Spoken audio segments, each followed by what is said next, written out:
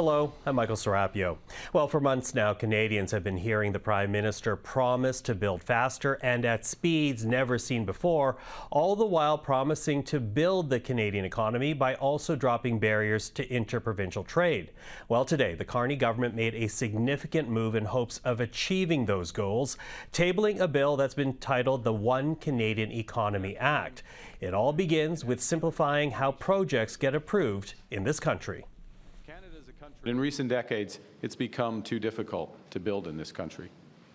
Right now, to receive approval, major projects must undergo numerous reviews and assessments that often happen sequentially, one after another, rather than simultaneously, all at once. That process is arduous. It takes too long, and it's holding our country back. For too long, when federal agencies have examined a new project, their immediate question has been why. With this bill, we will instead ask ourselves, how? So that is the intent from the Prime Minister himself to talk about practicalities and impact. We're now joined by Pascal Chan. He is the Vice President, Strategic Policy and Supply Chains for the Canadian Chamber of Commerce. Pascal, always good to see you. Thank you for joining us. Thanks for having me, Michael. So, of course, a big bill here from the government, but the big question really is whether or not this will be enough to jumpstart investment. What do you think?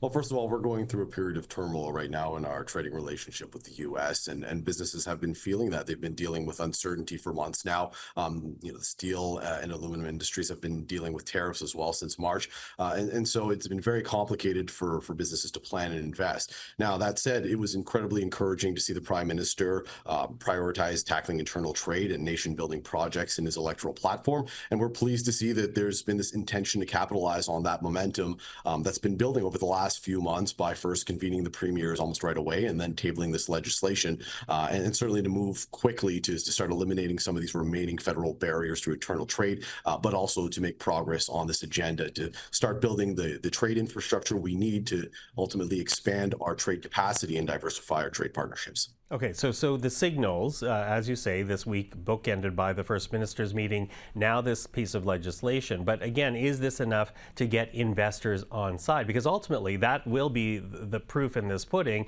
whether or not this is a success. Yeah, absolutely, and we'll have to see because it's very difficult for us to just transpose the trade that we have with the United States. Our economies and our supply chains are so integrated at this point. We're talking about $3.6 billion in daily cross-border trade, and so when that relationship with our closest ally and largest trading partner is in jeopardy, we now see a light shown on what we should be doing to kind of expand and diversify. And it's not going to be easy. We're not going to be able to just move that over to other markets. But these are important signals and steps that businesses need to see, and frankly have been calling for some years now, to move forward in the direction and build the infrastructure that we need to be able to move products across this country and beyond, and to show that Canadians can reliably deliver the goods. Mm-hmm. Okay, you use the word infrastructure, and I'll jump on that point because I hear what you're saying. This could be that positive sign that industry is waiting for. But the bill does have two parts, and one is, as we said right off top, the approval process. The Prime Minister looking for a 2-year window rather than what it has worked out to be 5 years, if not longer. Is that 2-year window a positive sign? Is that enough, do you think, for industry? Well, it's definitely a step in the right direction if you're talking about going down from 5 years to 2 years. Absolutely, permitting on these processes are incredibly important. You look at some projects like Roberts Bank Terminal 2 for the Port of Vancouver and then Contrecoeur for the Port of Montreal.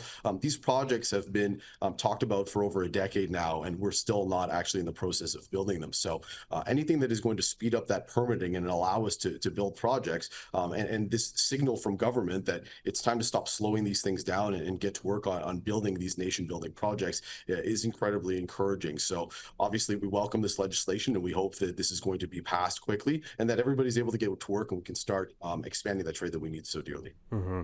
Now, the second part of this beyond approval process is internal trade. And ultimately, this is not the grand deal involving all provinces and territories. This is just federal regulations. Is that enough?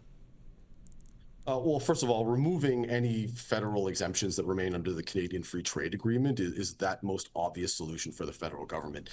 Tackling other regulatory burdens where there's duplication at multiple levels of government or lack of harmonization can also help, though there typically does remain a provincial element to the equation. Now, we've certainly seen great leadership from the premiers in Ontario, Nova Scotia, and now Quebec who have tabled legislation to that effect. We've also seen some memorandums of understanding signed looking to support removal of barriers and advance mutual recognition, with hopefully more to come given what we've heard from the Prime Minister, that there is some considerable enthusiasm around the table to make progress. But we will have to see because there is an immense portion to be done by the provincial governments. Yeah, as you say, a bit of a wait and see on that, but certainly, again, a significant bill from the government. Pascal, always appreciate the insight. Thank you for the time this evening.